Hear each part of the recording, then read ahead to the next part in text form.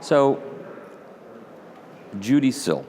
Well, when that record came out, of course, I was a big record collector at that age, and I was very big into Joni Mitchell and into the whole folk scene and the whole Topanga Canyon, Laurel Canyon scene.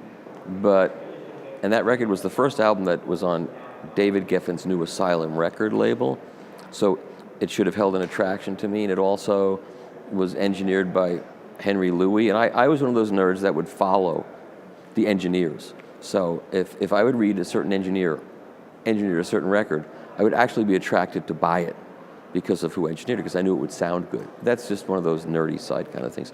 So I didn't buy the record when it came out because I completely misread who Judee Sill was and what her music was really about. So that was, a stupid thing I did, but I did it. So over the years, I kept reading about Judee Sill, and I learned that what I was thinking about who she was and what her music was like was not really correct. And I thought about perhaps picking up one of her records, but they were very expensive. And I never thought I wanted to spend $100 or $80 on those two albums. So I didn't buy them. And then one day, a couple of years ago, there was a garage sale near my house. And it was advertised in the paper. It was a tag sale kind of thing. And it said, surf and drag albums. And hundreds of surf and drag albums. So usually when you see that, even if you're not into surf and drag albums, which I'm not so into, there's usually a few other things there, So I went, and there were a lot of other things there, and a lot of other great records for $1 and $2 a piece.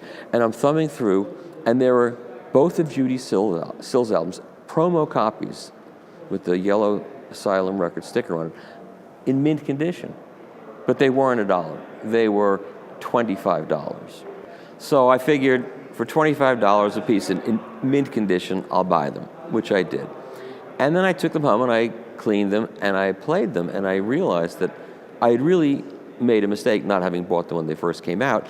And I went online and I did the research about Judee Sill, and this, she's a cult figure at this point in time, and she will remain a cult figure, and there will always be a cult around Judee Sill because her story is so compelling. And I wrote about it in the review that I did of the Intervention Records reissue. So I won't repeat it all here, but basically, she came from a very rough and tumble background and a lot of abuse in her family, but she had this kind of drive and spirit where whatever it is that she wanted to do, she did, and she ended up going from really being a drug addicted and having a potentially tragic life. Well, she did have a tragic life, but she managed to open up for rock stars and get to know David Crosby and Graham Nash. And Graham Nash produced one of the songs, and they understood, where I didn't, what her real talent was. And then, of course, with David Geffen's support, they produced these two incredibly well-produced, beautiful records that to this day have a growing fan base. If you can, die of a drug overdose when you're young and have basically a 2-record career, and then have this cult continue to form around you.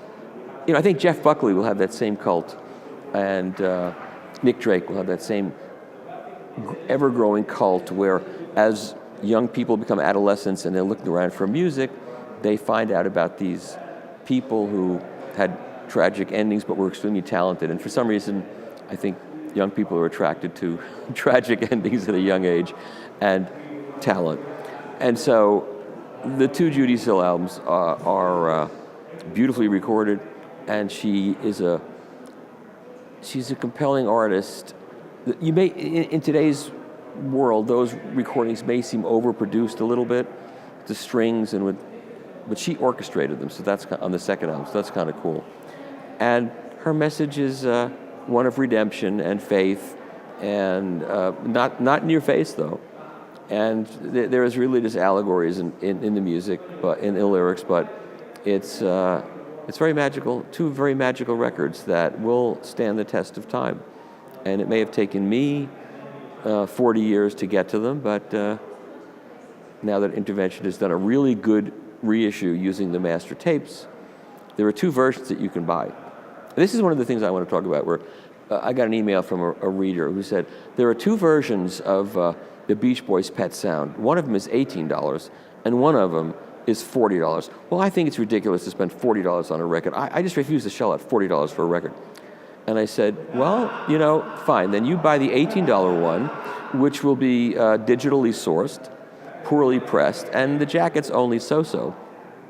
And you will show the guy that went to the trouble of getting the tape, cutting from analog tape, having it mastered by a top mastering engineer, and plated and pressed at the best pressing plant there is, and getting the most beautiful jacket artwork done that looks better than the original, and authentic and beautifully packaged. You'll show him by buying the $18 copy. Who gets hurt, you or him? You are the one that gets hurt. So there are 2 versions of these Judee Sill records. You can buy one of them, is a 33 1/3, that is probably cut from a CD that's not particularly good. And the other one is the Intervention Records version, which is cut from the tape at 45 RPM, beautifully packaged. And if you buy the cheap one, who are you cheating? Yourself. So if you want to get into Judee Sill, the Intervention Records version is really the one to get. And I'm not a paid spokesman for Intervention Records. I'm just a paid spokesman for good quality. And I'm being paid by my magazine, not by any record company. So that's my message about Judee Sill.